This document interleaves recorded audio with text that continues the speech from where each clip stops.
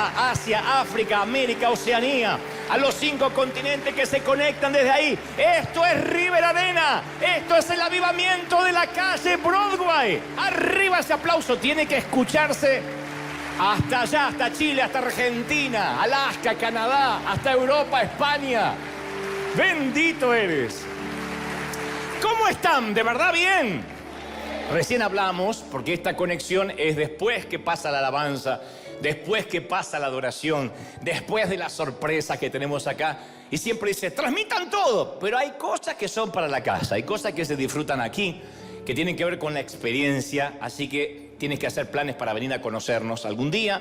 Mientras tanto, recibimos el mensaje de Dios. ¿Estamos listos para lo que Dios nos va a hablar? Díganme. Amén. Muy bien. Yo creo que te he contado una infinidad de veces que tuve la providencia de Dios, de servir a Dios, de servirlo, desde que tenía unos 19 años, mal, con muchos errores, por supuesto, porque cuando uno es bastante mocoso e inmaduro, mete la pata. Pero comencé a predicar por providencia divina a esa edad, como digo siempre, con muchos errores teológicos, todavía los tengo, pero ahí los tenía más. Más de una vez, insisto, puse a Moisés dentro del arca, le prendí una zarza a Noé, un burro lo tragó a Jonás. Se me mezclaron los animales, los profetas, pero empecé. Y nunca más me detuve hasta la fecha. Y yo realmente me sentía un consentido de Dios en aquel entonces. Sentía que el favor de Dios estaba sobre mi vida, que estaba sobre todo lo que yo tocaba. Tenía la sensación de que nada ni nadie podía detenerme. Me sentía de un modo invencible, me sentía talentoso, diáfano, multifacético. Me sentía que podía hacer cualquier cosa y que Dios siempre me iba a bendecir. Para cuando tenía unos 23 años, me había acostumbrado mucho a escuchar a la gente decirme cuánto Dios me usaba y empecé a prestarle atención a esos elogios y a esos halagos. Vengo de una estima muy dañada, de un hogar que no apuntaló para sanar mi sentimiento, mi estima, y entonces los primeros halagos que llegan con el ministerio reconozco que me hacían bien. Peor aún, comencé a esperarlos, comencé a ansiarlos. Entonces la gente se me acercaba y me decía, ¡ay, qué talentoso! Pero puede hacer de todo, qué ecléctico, qué multifacético. ¡Ay, tan carismático! Decían las señoras de 60 años. ¡Qué carismático! ¡Ay, podría ser mi nieto! Y yo con toda mi sabiduría de mis 22 años, de mis 23 años, empecé a creerles. Y empecé a pensar, por fin soy alguien. Tengo éxito, me va bien. Cuando ya tenía 24 años, moría porque me invitaran a predicar a congresos importantes. Aparecieron muchos, a esos congresos que aparecían muchos famosos en el flyer, en el afiche. Y mi meta en ese entonces era llenar la agenda de invitaciones, porque sentía que así yo estaba agradando a Dios, que tenía un calendario lleno. Quería fabricar oportunidades, y todo aquello que fabricamos con esfuerzo humano sabemos que no lleva la garantía de Dios. Yo conté esto en alguna ocasión. Pero Dios usó todo aquello, todo eso, para trabajar en mí, para crucificar mis motivaciones equívocas, mi inseguridad. Era un tiempo que necesitaba, porque yo me estaba como haciendo o agarrándome de todos los halagos, de todas las cosas bonitas que me decían. Dicho esto, sé que alguna vez también te conté esta historia a continuación, pero voy a refrescarla a modo de introducción. Como sentía que la gente me decía cosas y yo era jovencito, yo recuerdo estar en un congreso enorme en Santiago de Chile, a los cuales a todos los chilenos les mando un saludo enorme. Cuando te invitan a un congreso de esos enormes con muchos oradores, tus motivaciones son puestas a prueba, porque en el juego de las comparaciones, mientras mejor le vaya al orador anterior, peor se ve uno.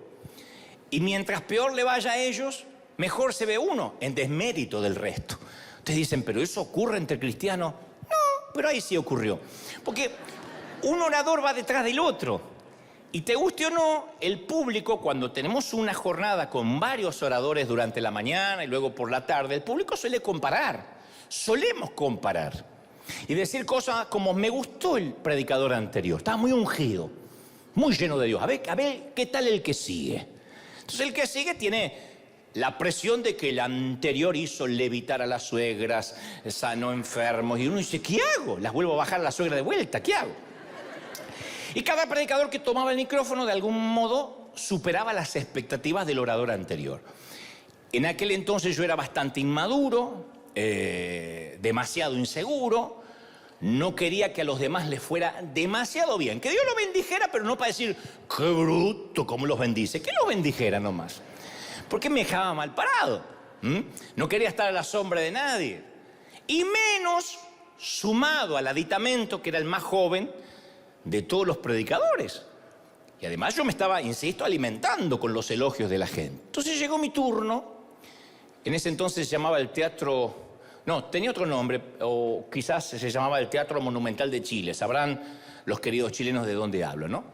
Hice lo mío, sentí que la gente quedó feliz, prediqué, transmití lo que en ese momento creía que Dios había puesto en mi corazón, pero luego de mi conferencia pasó el siguiente predicador y literalmente me destrozó en público durante la siguiente hora. Él dijo cosas como, no entiendo que en estos congresos serios, y miró a los anfitriones y le dijo, invitan a estos argentinitos sin experiencia. Hasta lo de sin experiencia me lo aguanté, lo de argentinitos me dolió. Tenía que haber dicho argentinazos. Luego agregó estos muchachos, literalmente, no estoy exagerando ni un ápice. Estos muchachos, como el que acabamos de escuchar, se creen los grandes ungidos, pero déjenme decirles que en unos pocos años van a ser como la nada. Porque son una moda, porque estos muchachitos son fuegos de artificio que llenan estadio a base de emociones baratas, etcétera, etcétera. Eso fue lo más suave que dijo esa mañana en Chile, literalmente. Yo nunca había visto tanto antagonismo en alguien. Nunca había visto tanta tirria, en alguien que no me conocía, tanto enojo. No quiero decir odio, pero tanto enojo al menos, ¿no? Fue tan duro, tan explícito, que el anfitrión, el querido Fernando Chaparro, que a lo mejor si está mirando o su familia debe recordar el incidente, aunque pasaron muchos años, Fernando Chaparro estaba al lado mío, me puso la mano sobre mi rodilla y me dice, con su tono chileno, no te preocupes antes que esto va a forjar tu carácter.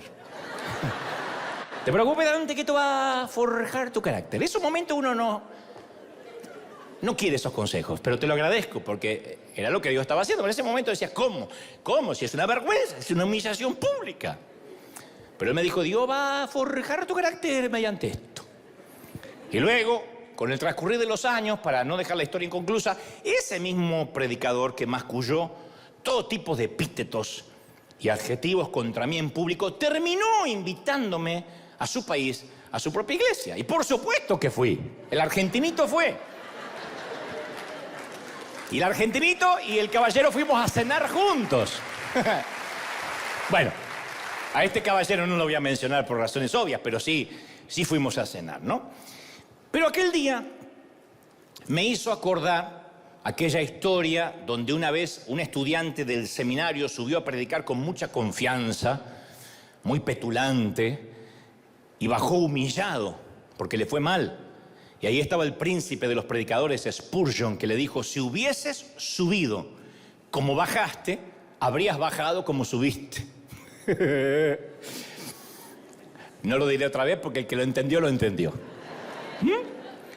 Entonces, mientras no estemos crucificados a las opiniones de los demás, mientras no estemos crucificados a la opinión que el resto tiene de nosotros, no vamos a poder cumplir con nuestro destino. Y ese día, hace muchos años, y agradezco que fue en ese momento, y no ya cuando fui más maduro o más grande, yo aprendí que no era tan talentoso como me decían las hermanas. Que sin la bendición de Dios no podía hacer cualquier cosa. Y aquellas palabras amargas ese día de aquel predicador traspasaron mi corazón. Y regresé a Argentina, desdeñado, abochornado, devastado, muy avergonzado. Y aún así fue una suerte de serendipia. Serendipia es cuando uno encuentra algo que no estaba buscando mientras buscaba otra cosa. Yo estaba buscándole al halago de la gente y encontré otra cosa. Por eso digo, fue una serendipia. Fue encontrarse con algo distinto a lo que yo estaba buscando. Y tenía que pasar esa prueba antes de avanzar a la siguiente fase en el camino hacia mi destino. Y me da mucho gusto que Dios no nos reprueba para siempre. A veces imagino, ¿qué tal si ese día Dios hubiese dicho reprobado? Este tipo no sirve. Porque en cuanto lo humillaron en público, se desbastó. Y ya no quería seguir predicando. Yo tendría 0 y tendría un reprobado, una F en todas las páginas de mi vida. Pero cada vez que nosotros fallamos, Dios no nos reprueba, sino pone rehacer, rehacer. Yo tenía una maestra que decía rehacer, de vuelta, rehaga, vaya de vuelta, y nos ponía en rojo rehaga. El Señor nos permite volver a tomar la prueba hasta que la pasamos. En la vida con el Señor es así. ¿Por qué? Bueno, porque solamente cuando pasamos bien la prueba es que podemos entrar al destino con Él, el que Él preparó, los sueños que Él planificó para nosotros. Entonces, rehacer, rehacer, rehacer. Él tiene una paciencia. Dios usó a aquel predicador para enseñarme que Él no podía confiar en mí, que no me iba a dar Dios más responsabilidad si mi vida estaba fundada en la opinión de la gente, para bien o para mal. No me puede elevar un elogio y destruir una crítica porque Dios no me puede dar entonces mayor responsabilidad. Si Dios algún día iba a confiarme más, debía forjar un carácter fuerte, por lo menos en lo que respecta a la mirada ajena. Y Él conoce los sueños, conoce las visiones que nos da y sabe el carácter que se necesita para cumplir la obra que nos da. Él te da un sueño y sabe que para eso se necesita un carácter para poder atravesarlo. Entonces puede que tengamos grandes sueños en nuestros corazones, insisto, que Dios mismo colocó allí, pero sin el carácter forjado, sin el carácter labrado por el Espíritu Santo, no vamos a llegar muy lejos. Y yo no era el primer joven que se encontraba aparentemente desviado de un sueño de Dios y con un carácter endeble. No, yo voy a las Escrituras y hace miles de años un joven llamado José también recibe un sueño, una epifanía. Tiene un encuentro con Dios que le cambia la vida. Y la historia está registrada en Génesis 37, que describe cómo José recibe ese sueño, el sueño de Dios, y cómo lo manejó a continuación. Y es fascinante. Yo sé que la historia, algunos la han escuchado desde niños, otros se desayunan con la historia por primera vez, pero es fascinante por lo menos algunos detalles. José, dice el Génesis, cuando tenía 17 años, más inmaduro de como Dios me encontró a mí, 17 años apacentaba el rebaño con sus hermanos. Entonces dice la palabra que José trajo, es la primera vez que aparece José y los hermanos en la Biblia. José trajo a su padre malos informes sobre sus hermanos. O sea que era el cahuete también, chupa media del padre, como dicen en algunos países. Y entonces amaba Israel a José más que a todos sus hijos, porque era el hijo de la vejez. Y como era el hijo de la vejez, lo amaba y le hizo una túnica Hugo Boss de muchos colores. Y vieron sus hermanos, que pues tenía buen gusto el papá de José, y vieron sus hermanos que su padre lo amaba más que a todos sus hermanos, lo amaba por encima del resto. Acá la Biblia no es elegante para decirlo, porque cualquier padre diría, no, yo amo a todos los hijos por igual. Es como decía mi mamá siempre, yo amo a todos por igual. Mentira, la vieja siempre estaba con mi hermano, pero por lo menos es elegante, ¿no? Para hacer política. Acá la Biblia no es políticamente correcta. Dice, no, amaba a José por encima de sus hermanos. Por eso lo odiaban y no podían hablarle amistosamente. O sea que cada vez que le hablaban, le ladraban a José. Y luego agrega las Escrituras, y José tuvo un sueño. Cuyos hermanos no le hablaban nunca amablemente, tuvo un sueño y cuando lo contó a sus hermanos, ellos lo odiaron aún más. Entonces, a pesar de que José, tenía 17 años cuando recibe su sueño, no obstante, no alcanza a cumplir ese sueño que Dios le da hasta que tiene 30. Desde los 17 hasta los 30 pasaron 13 largos años en que José recién empezaría a dar los primeros pasos del sueño que Dios le dio hacia su destino. Dios tenía que tratar con el corazón de este muchacho antes de que cumpliera el sueño que Dios le había dado. Y la Biblia dice que José apacentaba el rebaño con sus hermanos y, como te dije, trajo un mal reporte de sus hermanos al padre. Y yo pensaba, porque se nos escapa ese episodio, ¿por qué trajo un mal reporte de sus hermanos? ¿Por qué él es el encargado de pasar un reporte para empezar? Yo no digo que los hermanos de José no eran exactamente perfectos, yo no digo que no se merecían el mal reporte, pero esto revela parte del carácter de José, que de alguna manera él se sentía calificado para hacer este tipo de juicio de valores respecto de sus hermanos. Cuando uno juzga el comportamiento del resto ajeno, eso revela cierto problemita en el corazón. Cuando uno continuamente está mirando cómo se comporta el otro y lleva y trae, es porque hay algo en el corazón. Y Dios tenía en mente, se me ocurre a mí, un gran destino para José. Y Dios sabía que esa actitud tenía que irse si José iba a tener éxito. Porque la Biblia, yo digo siempre, tiene cierta economía espiritual. No hay nada acá que Dios lo pone por las dudas o para rellenar o para agregar un par de páginas.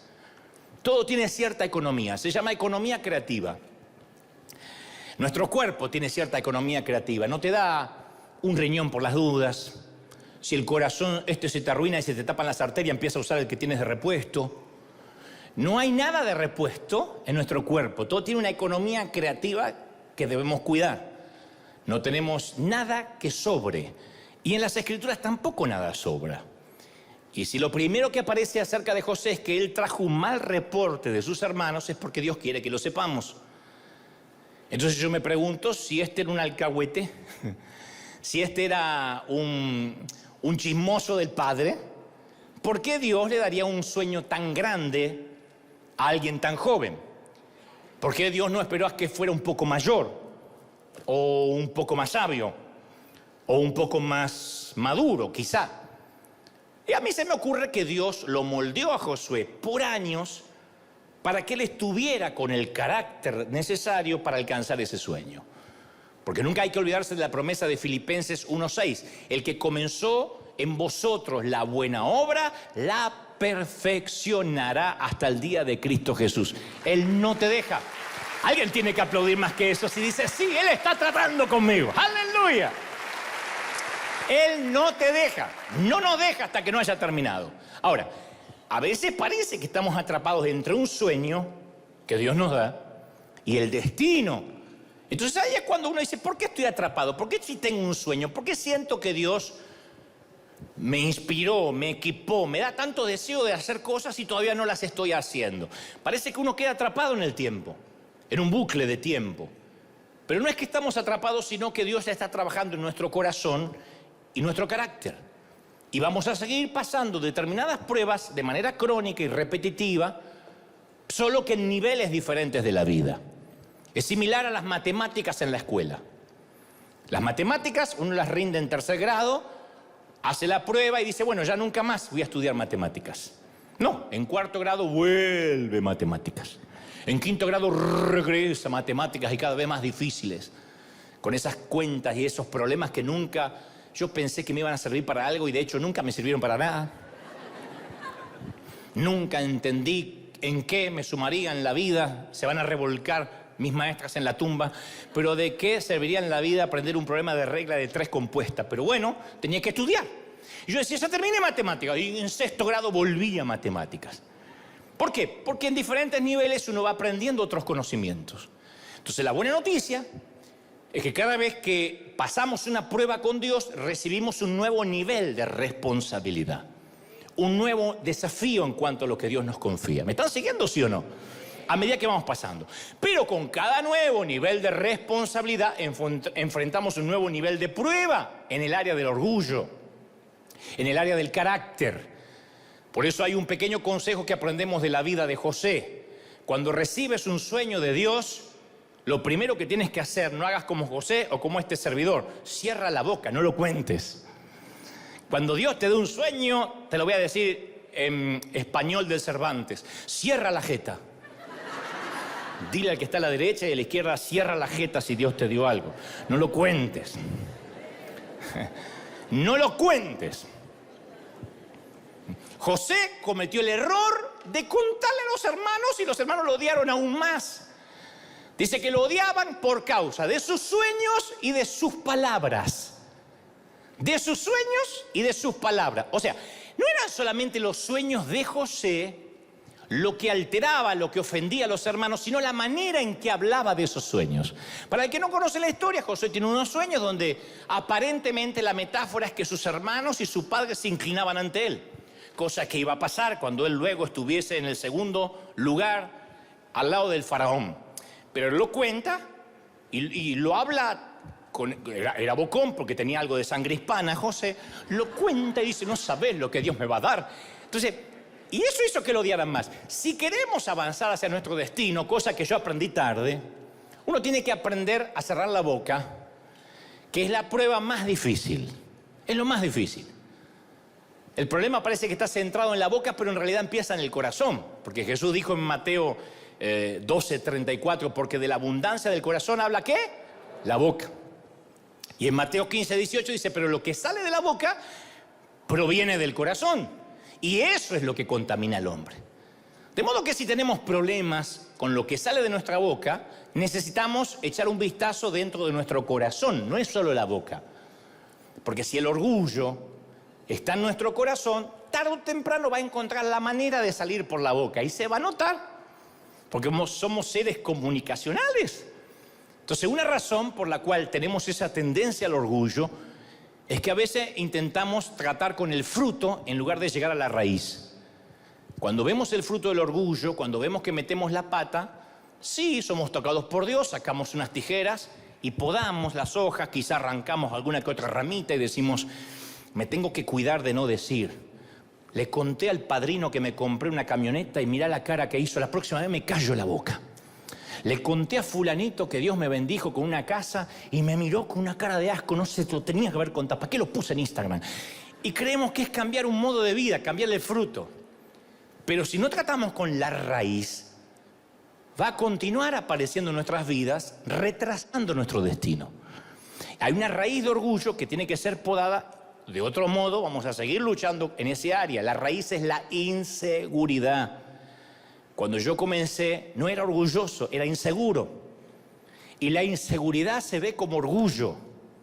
Yo quería recibir halagos no porque era un orgulloso, aunque ustedes digan, y sí, argentino. No, yo quería recibir halagos porque era inseguro. Sé que los argentinos tenemos fama de agrandados, pero no crean eso.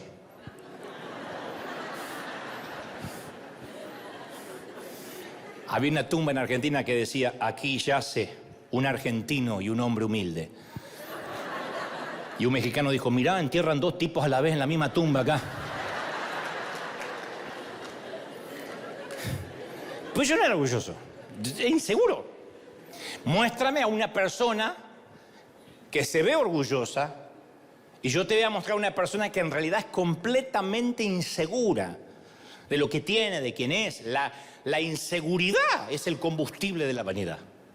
Es la inseguridad, esa es la raíz. Eso es lo que hay que ver. Eso es lo que Dios tuvo que sanar conmigo. Porque para escuchar un predicador que hablaba literalmente de mí, no es que a lo mejor por elevación trató de hablar de ti. Él dijo, estos argentinitos, no bien yo abandoné el estrado. Para soportar eso, uno tiene que estar seguro. Eso, un inseguro, como era yo, me liquidó. Porque la inseguridad nos hace sentir que tenemos que hacerle saber a todos quiénes somos y lo que hemos logrado. Que sepan exactamente cuán especiales somos. Y detrás de esa inseguridad está el miedo, el temor a que no nos acepten, a que no nos valoren, a que no nos estimen. Por eso cuando los inseguros tienen que abandonar un ministerio, porque a veces Dios lo pide. A veces Dios nos cambia de dirección, nos cambia la directriz. Los que están inseguros, al recibir un cambio de Dios, sufren una crisis importante. En cambio, el que sabe quién es en Cristo, nada cambia porque su mundo interior sigue estable, sigue estando igual. Pero aquellos cuyo mundo interior está en desorden, como me pasaba a mí cuando era más joven, tienden a vivir una confusión acerca de su identidad. Yo ese día dije, soy soy un fraude, soy un fiasco, no predico nunca más. Literalmente dije, no predico más. No voy a pasar esta vergüenza nunca más en mi vida. Y eso porque a mí me costaba separar lo que yo hacía con quien yo realmente era. Entonces, cuando uno no lo puede separar, no podemos creernos nosotros, bajo ningún punto de vista, que somos tan exitosos y somos tan felices como mostramos en Instagram o en las redes. Nosotros no somos una foto con filtro. Nosotros tenemos arrugas, varices, estrías, celulitis. Que no se vean es otra cosa. Pero no somos lo que mostramos en las redes. Cuando olvidamos quiénes somos, comenzamos a distorsionar nuestra verdadera identidad. Y eso es porque tomamos identidad, asignamos identidad respecto a lo que hacemos. Pero hay un defecto en esa lógica, que nuestros logros no son lo que nos hacen valiosos. Lo que hacemos para Dios no nos hace valiosos. Los sueños, aunque provengan de Dios, no nos dan valía, no nos definen. Lo que nos define es que somos hijos del Rey comprados por la sangre de Jesucristo. Hagamos o no hagamos. ¿Lo crees de verdad, sí o no? Esa es nuestra identidad. Eso es quienes somos. ¿Quién eres? Alguien comprado por la sangre de Cristo. Entonces uno tiene que afianzarse. Parece una obviedad, parece infantilismo, pero lo olvidamos. Es lo que nos llena apenas llegamos al camino de Cristo y después nos deja de llenar. No nos alcanza haber sido salvos. Pero uno tiene que afianzar, fundamentar su identidad en eso. ¿Me están siguiendo, sí o no? No sé si notaste esto, pero nunca el presidente de la Unión Americana, de los Estados Unidos, tiene que decirle a la gente que él es el presidente. Ya sabe la gente. Yo no me imagino al presidente diciendo, ¡hey! Soy el presidente, el comandante en jefe de las Fuerzas Armadas, el líder del mundo libre, el hombre más importante del país más poderoso del mundo. No anda diciendo eso. Jesús tampoco tuvo que decirlo. Nunca dijo, este soy yo necesariamente. Cuando Satanás tienta a Jesús en el desierto, lo primero que hace Satanás es tratar de poner duda respecto a su identidad. Mateo 4:3 dice, si eres el Hijo de Dios, demuestra que eres el Hijo de Dios, demuéstralo. Y tienta a Jesús para que hiciera algún pequeño milagro. Si eres el Hijo de Dios, pasó lo mismo en la sinagoga. Si eres el Mesías, repite lo que oímos que hiciste en las bodas de Caná. Pero Jesús le responde al enemigo, escrito está, escrito está, escrito está. No le dijo, claro que soy el Hijo de Dios. ¿Qué te pasa, flaco? ¿Sabes quién soy yo? Agua, aceite, líquido. Te voy a decir un par de cositas de quién soy yo. No le dijo eso. En lugar de eso nos dio un hermoso ejemplo de seguridad. Él se afianzó en la sencilla verdad de las palabras de su Padre.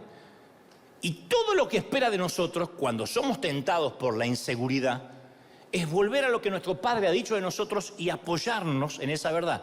¿Qué dice Dios que eres? ¿Quién dice Dios que soy? Jesús no tenía nada que probar acerca de sí mismo. Por eso hay dos armas poderosas, dos armas que yo aprendí con dolor y te las voy a regalar por la misma ofrenda. Las dos armas, mira.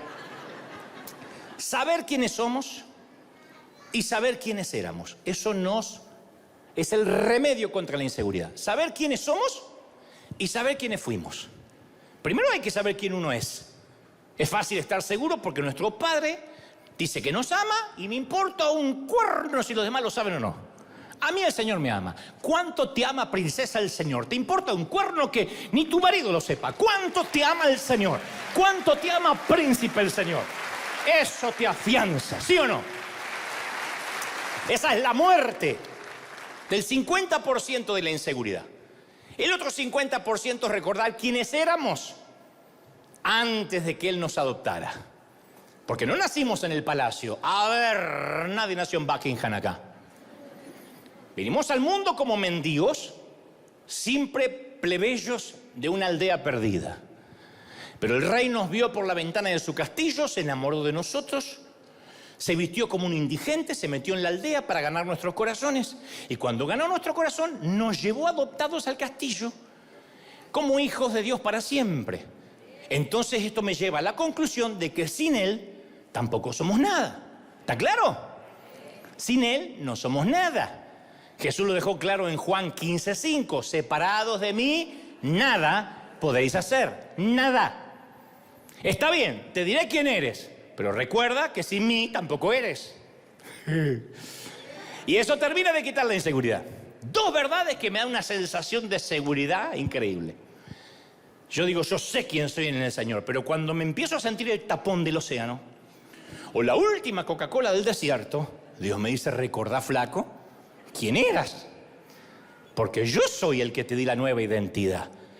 Entonces es maravilloso, porque a partir de que uno sabe de dónde viene y hacia dónde va y quién es mientras tanto, uno puede llegar a un lugar lleno de extraños y no sentir la necesidad de demostrar quién es. Uno se siente más importante que cualquier actor, que cualquier ganador del Nobel, del Pulitzer, porque era mendigo, Dios me hizo príncipe, sé quién soy y eso hace que yo camine pechito de paloma por la vida, como caminaba Maradona, así, seguro de mí, sabiendo de dónde Dios me sacó. Entonces, no tenemos que buscar el sueño, sino al dador del sueño que nos da la identidad. Y cuando uno tiene identidad se sana, la inseguridad se va. Porque cuando uno se enamora del sueño, te diré lo que pasa.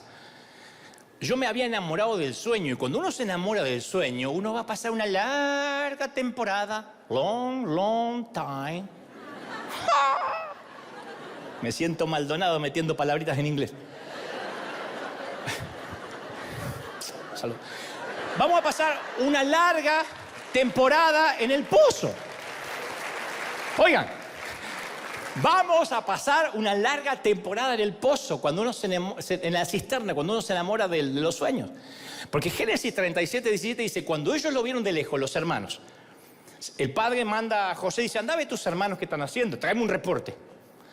Y este dice, sí, y va a traerlo. Cuando ven de lejos, tramaron contra él para matarlo.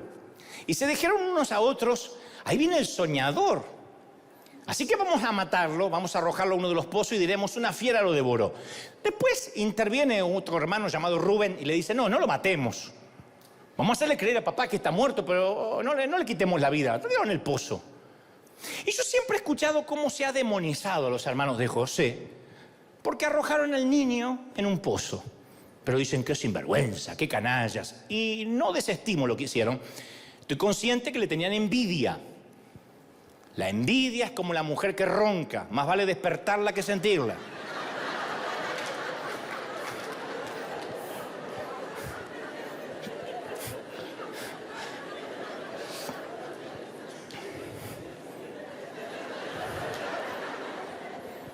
Te la tiro para que la guardes en tu corazón.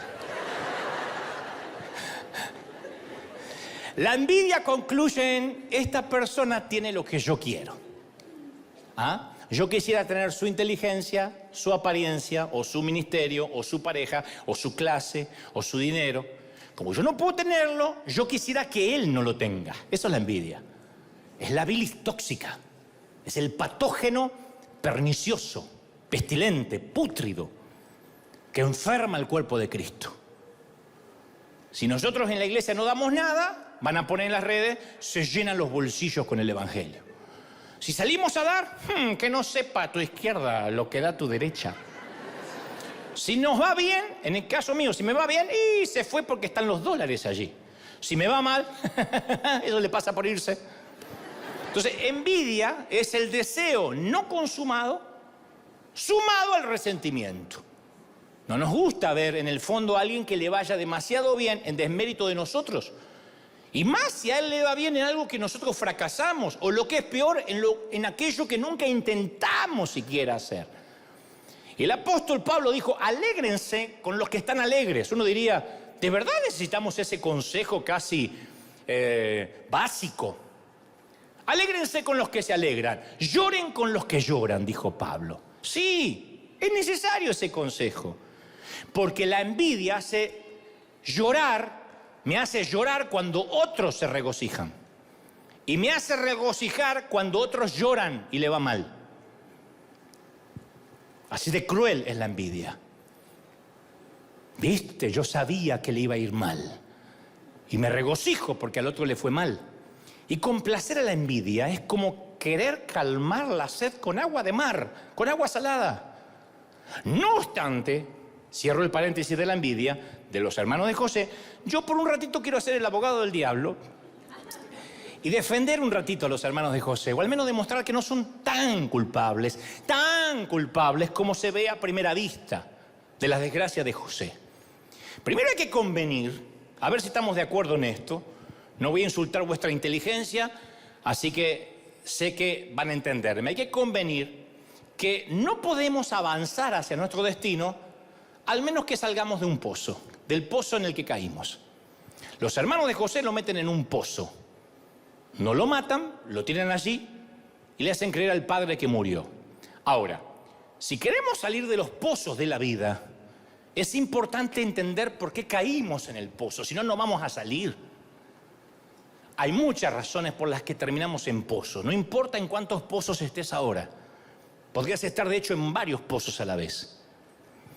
Podrías estar en un pozo respecto a tus finanzas. Nunca sales de ahí. Siempre endeudado. Pagando el mínimo de las tarjetas y viendo qué impuesto vas a pagar, cuál no pagas, cuál es el servicio que no te cortan sin pagar.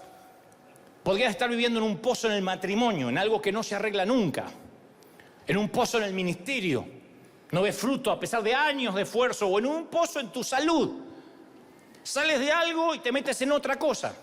Terminó la tos y empieza la fiebre. Terminó la fiebre y te descubren otra cosa. Y sientes que estás en una cisterna en cuanto a tu salud. Entonces, señores, la pregunta no es si Dios puede librarnos o no del pozo. La pregunta es si comprendemos antes que nos libre por qué caímos en el pozo. Y ustedes dirán, ¿y por qué voy a caer? ¿Porque mis hermanos me tiraron? Y esa mentalidad de víctima que se adopta en la actualidad es culpar siempre a los demás de nuestros problemas. Y entonces le damos a los demás la autoridad para sacarnos del pozo. Si los demás fueron culpables de tirarme ahí, son los únicos que también pueden sacarme de ahí. Le estoy otorgando un poder al otro cuando me pongo en víctima. Si fue tu esposo, tu esposa quien te lastimó y la culpa es de él, entonces le estás dando un poder que así como te lastimó es el único que podría sanarte.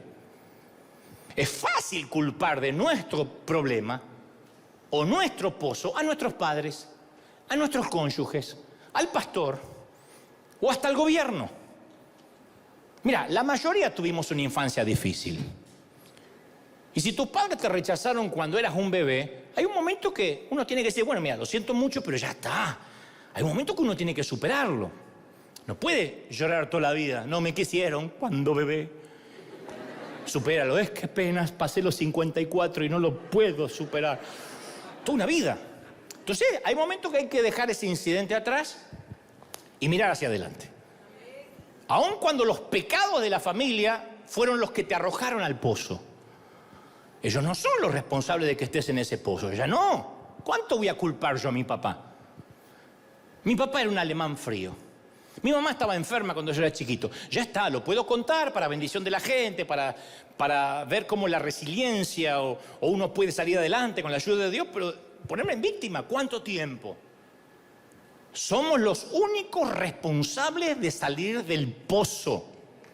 Del pozo económico, del pozo de la salud, del pozo matrimonial, del pozo ministerial. ¿Me están siguiendo, sí o no? Entonces conozco mucha gente que siempre el problema es los demás. La gente me envidia.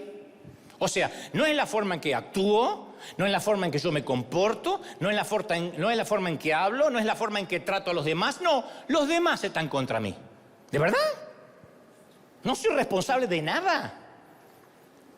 Mis hermanos me odian y me detestan porque simplemente tengo una túnica de colores. ¿De verdad? ¿No sumé nada a esa túnica? Entonces uno necesita considerar si somos el problema, si somos parte de la razón por la que estamos en el pozo.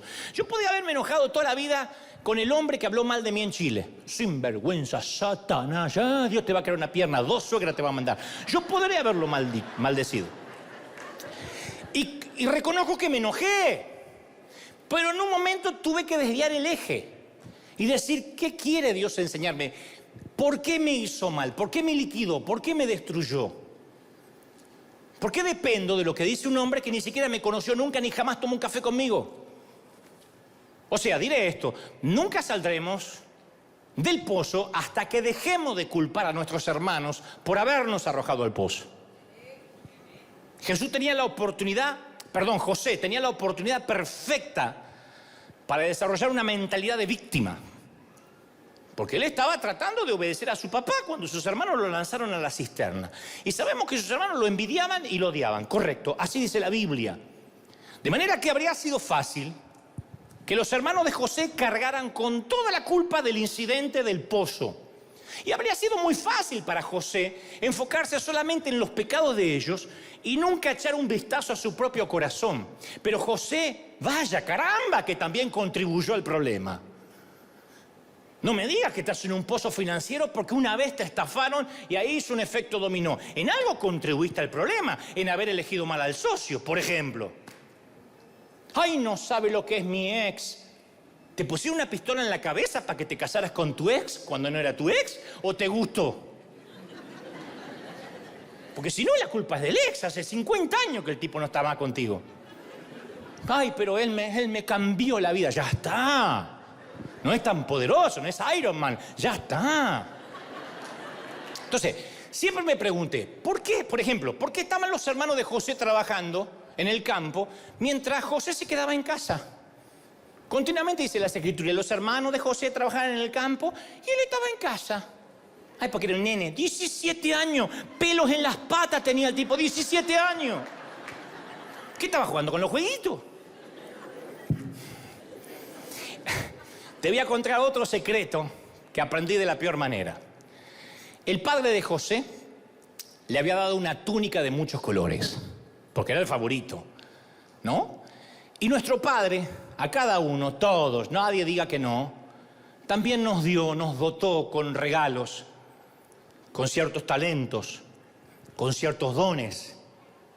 Pero José empezó a hallar su identidad, que lo identificaba como el hijo favorito, en lugar de hallar su identidad en la relación que lo hacía el hijo favorito. Él asignó su identidad a la túnica. Como resultado, terminó perdiendo el regalo. Génesis 37, 17 dice que sucedió que cuando José llegó a sus hermanos, lo despojaron de su túnica de colores que llevaba puesta, lo tomaron y lo echaron en el pozo. Lo primero que hicieron, le despojaron el regalo del padre. Y nosotros también, cuidado, podemos quedar atrapados en los regalos de Dios, atrapados en los regalos del Padre. Podemos empezar a encontrar nuestra identidad o sentido en el valor de ese regalo, en lugar de aquel que nos dio el regalo. Yo encontré, siendo muy jovencito, mi valía en servir a Dios. Pero no me importaba tanto Dios, me importaba más servirlo. El glamour, los elogios, los viajes que venían con eso. Yo me enamoré. ¿El regalo era genuino? Sí, el regalo era de Dios, yo no podía haber hecho nada sin él. Pero me enamoré tanto de la túnica de colores que ya no me importaba quién me la había regalado, era mi túnica. Y cuando uno hace eso, cuando uno se enamora más de servir que de ser, termina arriesgando con perder ese regalo. Ahora te voy a aclarar algo importante. El padre que le dio el regalo no fue el que se lo quitó. No te estoy diciendo que Dios te quitará un don. José perdió su túnica por medio de sus propias acciones. Él lo perdió porque estaba orgulloso de lo que esa túnica representaba. Entonces, cuando Dios nos da regalos, Él tampoco nunca nos lo va a quitar. Nunca. La Biblia dice que los dones y el llamamiento de Dios son irrevocables. La Reina Valera antigua dice que son dones sin arrepentimiento. Romanos 11, 29. Lo que Dios te dio no te lo quitará nunca, nunca. Y si peco, no quitará tu don. Y si meto la pata, no quitará tu talento ni tu don. Es irrevocable. Dios no te da el don y te lo quita, te lo da y te lo quita. No. Sin embargo, nosotros mismos podemos perderlo sin que Él te lo quite. ¿Cuánta gente tiene un don de Dios? Tiene talento, pero no puede usarlo porque su corazón es incorrecto. Haga memoria. ¿Qué pasa si perdimos el don de Dios que Él nos dio por nuestras propias acciones? No que Él lo quitó, lo perdimos. ¿Lo vamos a recuperar? ¿Qué esperanza hay? Bueno, yo te animaría a ver el final de la historia de José. José terminó siendo el gobernador de Egipto, el segundo hombre más poderoso del mundo conocido. Y llegó a ser el segundo hombre más rico del mundo. Así que probablemente tuvo después cientos de túnicas de colores. Dios lo restituyó Todo lo que perdió Dios se lo restituyó y José recuperó algo mucho más importante que una túnica. José recuperó la relación con su padre. Durante años no tuvo comunicación con su papá, ni siquiera sabía si estaba vivo. Pero después que José aprendió a andar en humildad, Dios restauró su relación con el padre, no con la túnica. Ese es el propósito de la temporada en el pozo. Que volvamos a las bases y a entender por qué queríamos venir a la iglesia años atrás. ¿Se acuerdan cuando no era servir, cuando no era predicar, cuando no era un micrófono, cuando no era una oportunidad? ¿Se acuerdan cuando solo era agradecer lo que Él nos había dado? ¿Se acuerdan ese que las Escrituras llaman primer amor? Una temporada en el pozo nos pone en un lugar que no podemos salir allí por nuestras propias fuerzas, ni hacer nada por nosotros. Ese pozo mundial durante 2020 y 2021 se llamó y se sigue llamando pandemia. Dios metió a las iglesias en una pandemia, en un pozo donde ni los pastores pudimos hacer mucho. Algunos perdieron templos, otros perdieron edificios, campus completos, otros se deprimieron y otros literalmente consideraron el suicidio. Porque toda su identidad estaba en la túnica de colores, no el que se la había regalado. Y la pandemia nos pega un shock. ¿Podrás adorar en tu casa? ¿En el fregadero? Si no puedes ir a la iglesia por un año y meses. ¿Te mantendrás fiel? ¿Leerás las Escrituras aun cuando el pastor no te pida que repitas nada? Y muchos no lo lograron. El pozo los metió en un sitio, los colocó en una situación donde no podían salir por sí mismos. Y eso es bueno, porque al no poder salir por uno mismo tiene que pedir ayuda a Dios. Pero algunos no le piden ayuda a Dios y se dejan morir. Creen que al perder la túnica han perdido al Dios que se las dio. ¿Me están siguiendo, sí o no? Entonces quiero que sepas que no importa dónde estés ahora, aun si el pozo lo cavaste tú mismo, Dios es suficientemente grande para sacarte de ahí. No es difícil para Dios sacar a la gente de los pozos. Dios se deleita en sacar a sus hijos de los pozos. A eso se dedica. Pero no nos quitará de ahí, no nos sacará de la cisterna hasta tanto y en cuanto nos demos cuenta que es más importante el que nos dio la túnica que la túnica.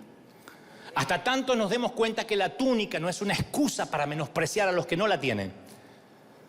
Saúl fue guerrero de Israel, dice la Biblia, tan alto que los demás apenas le llegaban al hombro. Era un alto el tipo, ¿eh? Y dice que desde más arriba veía a los demás. Y yo una vez te dije, sí, es lindo, mirar desde arriba tiene su encanto, no me digas que no. Cuando viajas en avión y te toca viajar en business, no me digas que no tiene su encanto pasar por todos los que van a ir en el gallinero allá atrás. Y te sientas delante y pides rápido un jugo de naranja en un vaso de vidrio y lo muestras así porque el otro va a tener vaso de plástico. Y tienes un baño para 8 y atrás hay un baño para 300. Toma. Cuando viajamos a El Salvador para la toma de posesión del presidente Nayib Bukele, que también te lo relaté, el presidente puso todo su aparato de seguridad para mí. No paré en los semáforos, 2 días, no paré en los semáforos, no hice fila, no pasé por seguridad. Llegué al aeropuerto, me estaban esperando por aquí, señor, por aquí, señor. ¿El pasaporte? No hace falta el pasaporte. ¡Oh! ¿Paso por seguridad? No, dije, ¿por qué no traje más cosas? Pero no tenía que abrir puertas, ¿de verdad? Iba a abrir la puerta y me la abrían la puerta. No cargué maletas. Me agarraron las maletas y desaparecieron y ya están en su lugar. No entraron a vestirme porque soy pudoroso, si no me hubiesen vestido. Me pusieron custodia, motos, un ejército que me abría paso. Yo iba. Por un par de días fui el segundo a bordo del Salvador. Toma, por 2 días. No sabés lo que era. El único más importante que yo en El Salvador era el presidente electo. Porque yo iba a orar por el presidente, así que me pusieron todo el aparato gubernamental para mí. Saludé al presidente saliente, le dije, vamos, así nos vamos apurando, rápido. Llevamos muchos años, ¿eh? Vamos, que tenemos con Nayib que tomar posesión. Bueno, y yo pensé, yo puedo acostumbrarme a esto. ¿Sabes lo que es? Que el GPS te muestra, que hay 40 minutos de tránsito. Yo digo, pero son 40 minutos, no vamos a llegar. No, está toda la custodia allá afuera. Literalmente, 4 minutos. Llegamos. Las motos iban haciendo pateando a la gente. Bueno, yo no me alegraba que las patearan, pero digo... Me sentía como en un boliche, así, tirando... Y después seguí acá. Ni al carpool pude ir, porque venía solo. La carroza se me transformó en calabaza, en zapallo.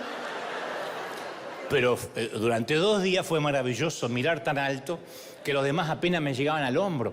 Por eso entiendo por qué a los políticos les cuesta tanto soltar el poder. Y es maravilloso que el Padre nos regale una túnica de colores. Es maravilloso.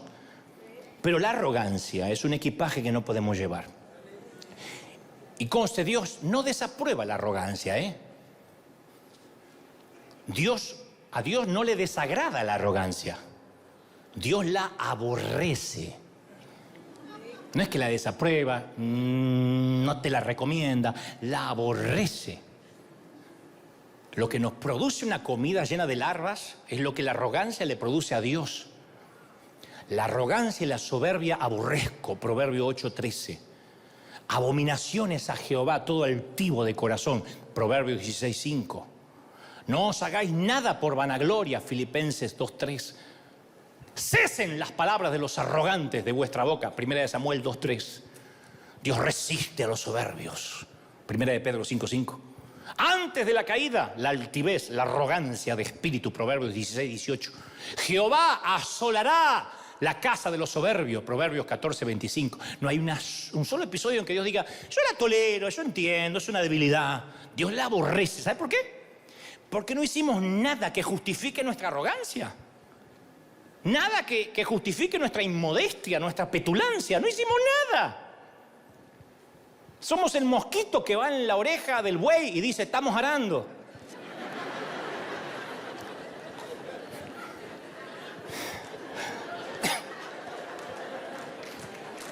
O que va en la oreja del elefante y se los pasamos por arriba. No le dan premios al lienzo que el pintor usa. No hay un Pulitzer para la tinta que utilizó el periodista. No hay diplomas para el escarpelo que usó el cirujano. Son instrumentos. Nunca le van a entregar un premio Nobel a un escarpelo, a un bisturí. ¿Por qué? Porque no somos merecedores del aplauso, somos los instrumentos. Y no es que Dios tiene un problema de ego, porque a veces lo pintamos como que a Dios le cuesta compartir su ego. Nosotros tenemos el problema de ego. 2 días yo estaba en El Salvador y me quería ser salvadoreño. Yo digo, yo no, nunca más tránsito. ¿Sabes lo que es nunca más tránsito? Decía, quiero tal cosa. Había 4 personas que me la traían. Maravilloso. 2 días. Y me sentía DiCaprio en el Titanic.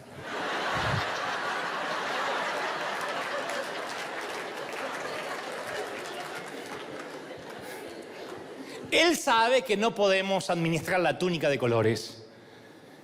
Él sabe que el elogio nos atrofia el cerebro y torpemente pensamos que se trata de nosotros y olvidamos que somos polvo, que somos rescatados del pecado. Por eso dije, a ver, te va a sanar quién eres en Dios, perfecto, pero también tienes que recordar quién eras sin Dios. Porque cualquiera que se enaltece será humillado y el que se humilla será enaltecido, San Lucas 14:11. Entonces, con la misma intensidad que Dios aborrece la arrogancia, ama la humildad. Le da honra, dice, a la honra la precede la humildad.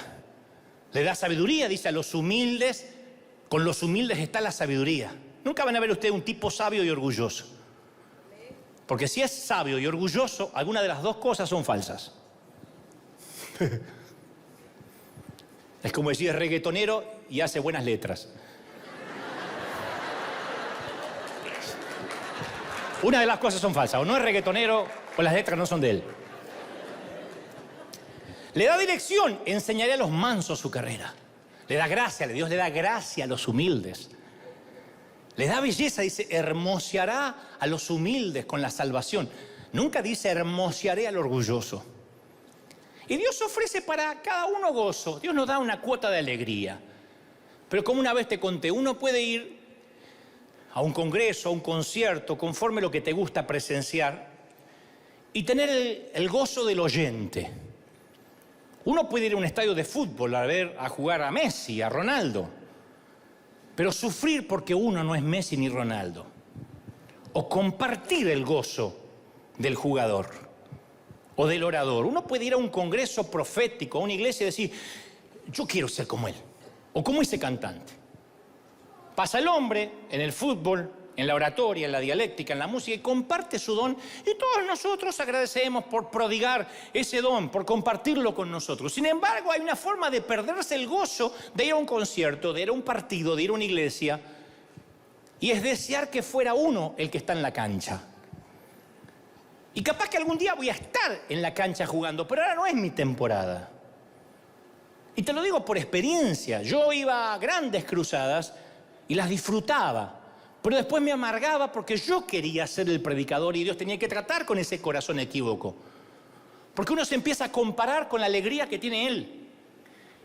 Y luego llega esa sensación de ansiedad, de vacío, que mientras mayor sea el don de esa persona, más pequeño nos sentimos, en vez de disfrutarlo. Y uno se pierde la temporada de oyente, de espectador, por querer estar ahí. Y todavía no nos toca estar ahí. Hay momentos en la vida que no nos toca estar ahí. Y nos perdimos el disfrutarlo. Nunca conté en detalle lo que te diré a continuación, pero estuve meditándolo ayer y sé que hace a la historia. Y quizás nos va a ayudar a comprender más lo que trato de decirte. Hace unos años comisionamos a alguien para que trabajara a mi lado. Y al principio este caballero no cabía en su agradecimiento. Fue hace muchos años. Lo que él dijo fue, solo espero estar a la altura de tamaña responsabilidad. Estar al lado tuyo, trabajar, no sé si lo lograré, pero haré mi mayor intento. Y con el correr de los meses, ni siquiera los años, yo empecé a notar que él solía maltratar a otros. Y eso no lo aprendía de mí. Tengo muchos errores, pero no soy un maltratador. Ni siquiera alguien que trata a la gente con lo que se llama ahora destrato, que es ignorar.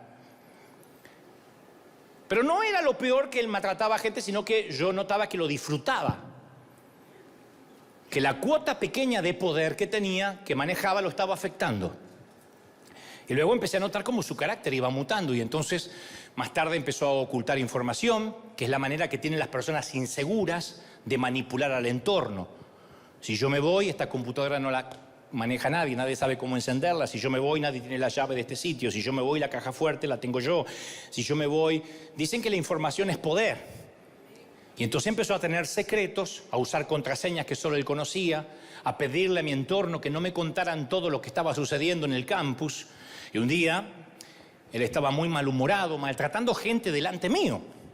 No eran empleados de él, no eran subalternos que dependían de él. Así que decidí confrontarlo, lo invité a sentarse dentro de mi automóvil porque estábamos lejos de la oficina y le dije, no nos vamos a ir de aquí hasta tanto me digas qué está pasando en tu corazón. Mira, yo he notado que has cambiado notablemente, que no eres el mismo hombre que yo conocí hace unos años atrás, quiero saber si soy yo el culpable. Y entonces hubo un largo silencio, seguido por un suspiro eterno, y yo creí que confesaría algún pecado oculto. O quizá me diría que necesitaba una mejora en su salario.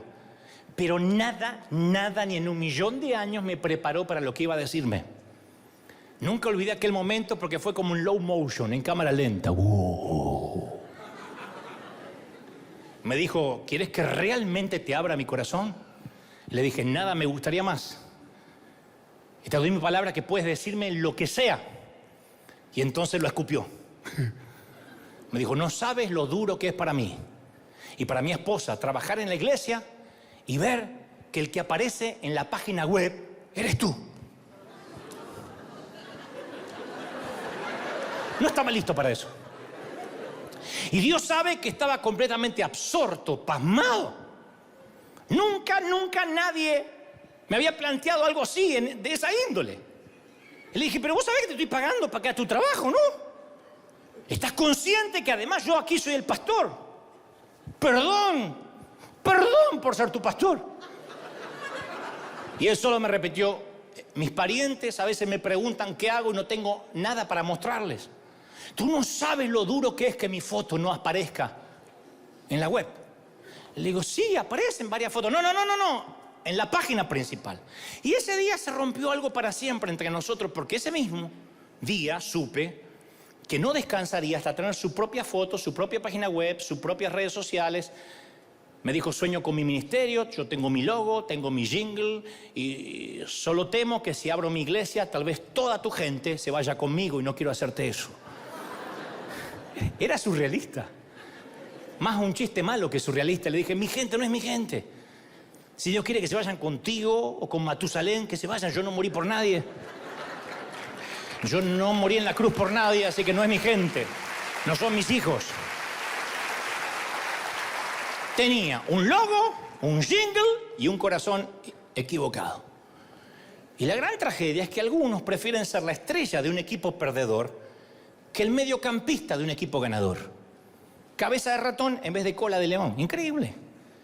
Y se abren paso en su propio reino pigmeo liliputiense. Un sitio donde lo reconozcan, donde le den eso, le digan, ¡wow! ¡Qué túnica de colores que tienes! Lo honren, le agarran el maletín, le cuelguen el saco, le lleven el abrigo. Dios nos libre de ese estrechamiento neurótico de los soberbios. Por cierto, vanidad aparece 75 veces en la Biblia. Su uso mayoritario es Eclesiastés 28 veces, Salmos 10 veces, Isaías y Jeremías lo empatan 8 veces más. Y en los Salmos vanidad se usa como adjetivo de pasajera, mortal, perecedera, débil.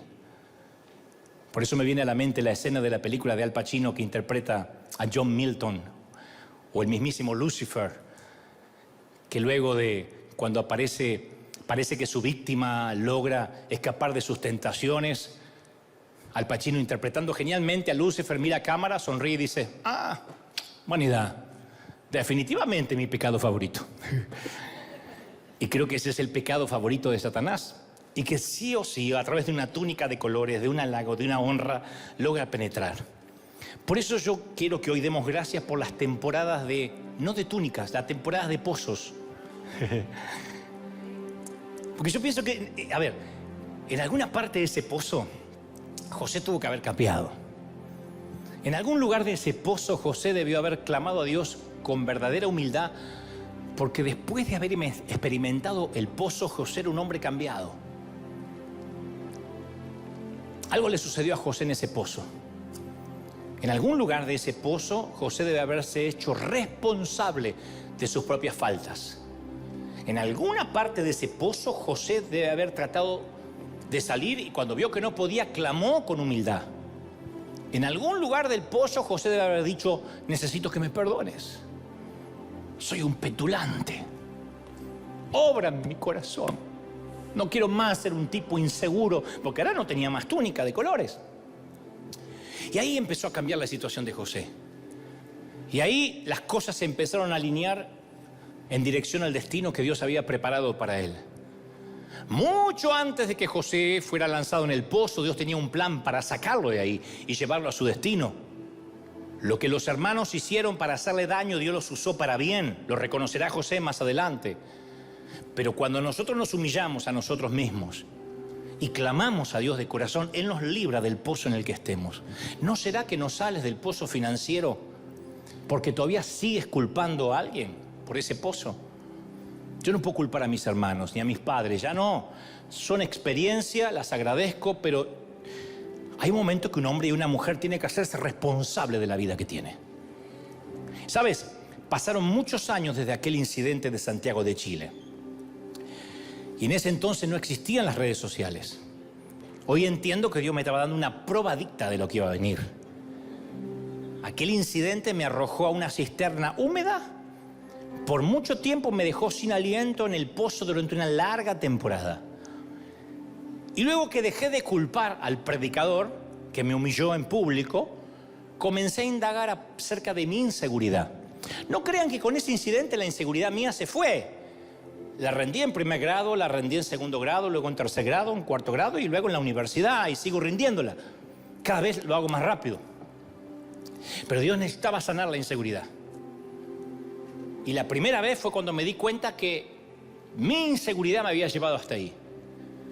Y descubrí que Dios no me iba a dar ni delegar mayor responsabilidad en tanto fuera adicto a la aprobación o a los elogios. Me enseñó que si vivía de los halagos, alguna crítica me iba a matar, porque le daría igual de importancia a cualquiera de las dos.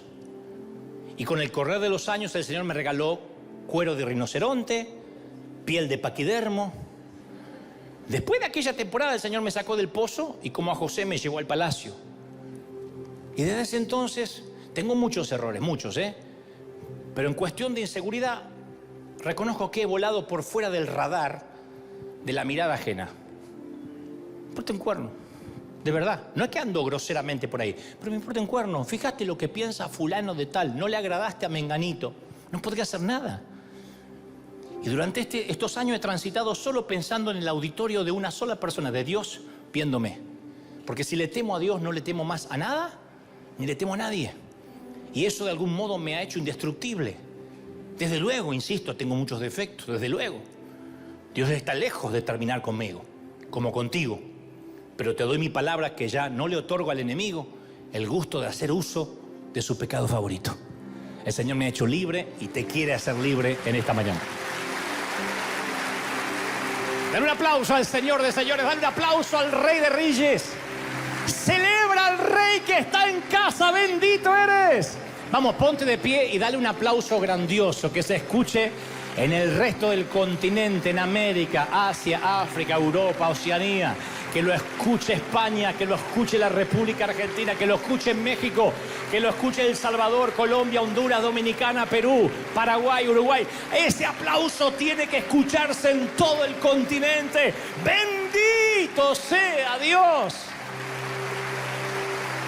Di conmigo, junto con miles del otro lado, di conmigo: Señor Jesús, fuerte, te recibo en mi corazón, perdona mis pecados, entra en mi vida, sana mi inseguridad. Ahora, anota mi nombre en el libro de la vida. Vamos, levanta las manos, quiero orar por ti. Termina enero, ¿y qué tal si Dios te regala ahora el saber la razón por la que has estado en ese pozo, y al ver la razón también te regala el salir y continuar hacia tu destino? No va a ser fácil lo que te queda, José. Aún te espera la acusación de la esposa de Potifar y la cárcel, pero tu destino está marcado por Dios. Terminarás en el palacio administrando los graneros de Egipto.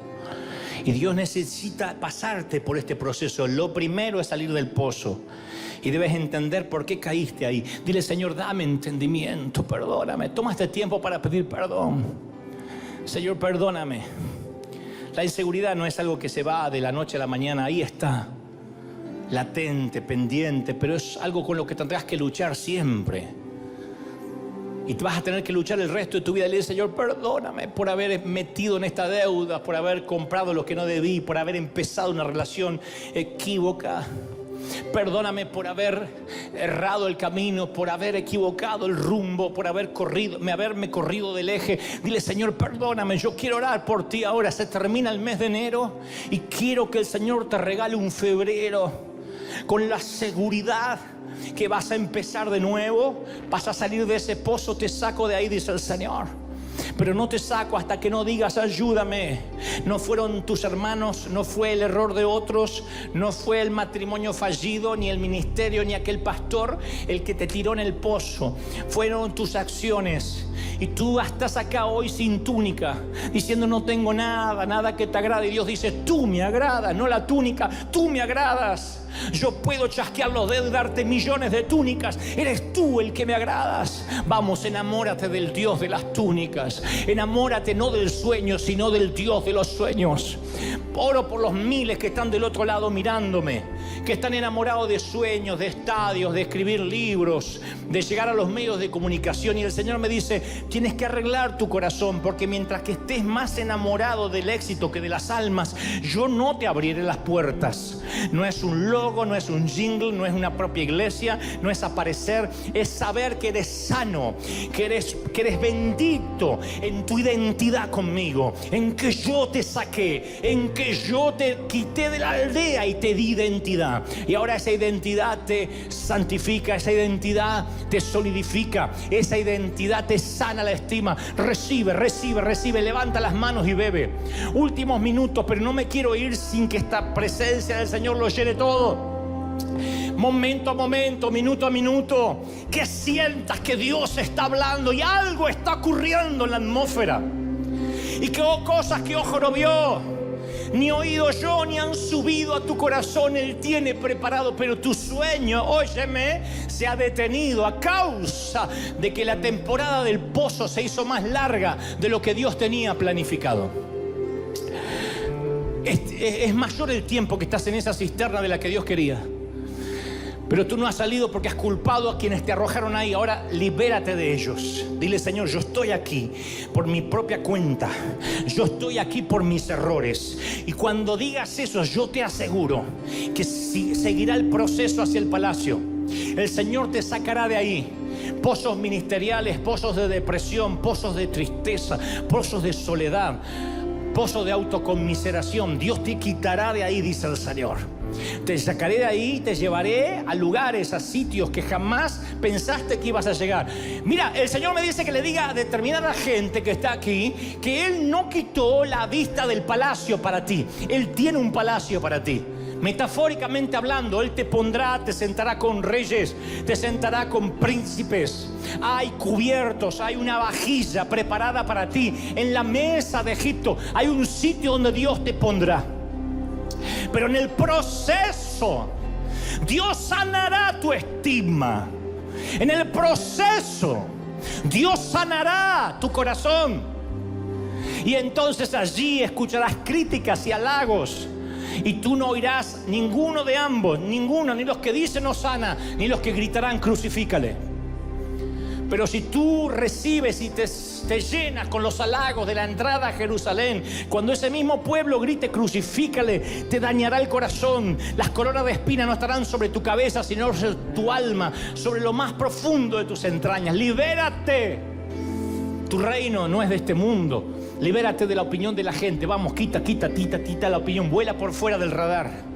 Vuela por fuera del radar, donde la gente no pueda ubicarte, donde no sepa qué haces, donde no sepa qué piensas, donde no sepa nada de ti ni tus proyectos. Cierra la boca con tus sueños. Hay gente que ha recibido sueños y el Señor me muestra claramente, porque lo he vivido, que esos sueños se han estancado a causa que has contado esos sueños a gente poco espiritual. Y ellos soltaron espíritus de envidia, de celos. Ellos empezaron a poner trabas y eso te desanimó, te desalmó, porque tú empezaste a creer lo que esas voces decían, y es que contaste el sueño a quien no debías. Dios dice: cierra la boca. Es que yo voy a llevarte donde quiero. Yo me empeciné con tu vida. No te dejo hasta que no haya hecho contigo lo que dije que iba a hacer. No termina ni siquiera este mes.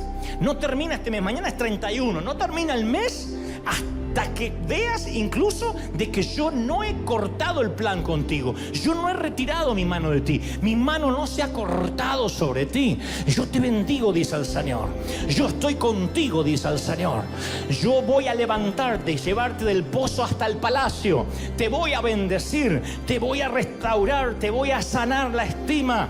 River será una iglesia de sana estima, de corazones sanos, de gente con emociones saludables. Yo te bendigo, River, recíbelo en el cuerpo, en el alma, en la mente y en el espíritu. Amén, amén y amén. Gloria a Jesús. Dale un aplauso al Señor si lo crees. Y al resto del mundo, firme como talón de oso. Nos vemos. ¿Cómo te ama el Señor? Nos vemos el domingo que viene.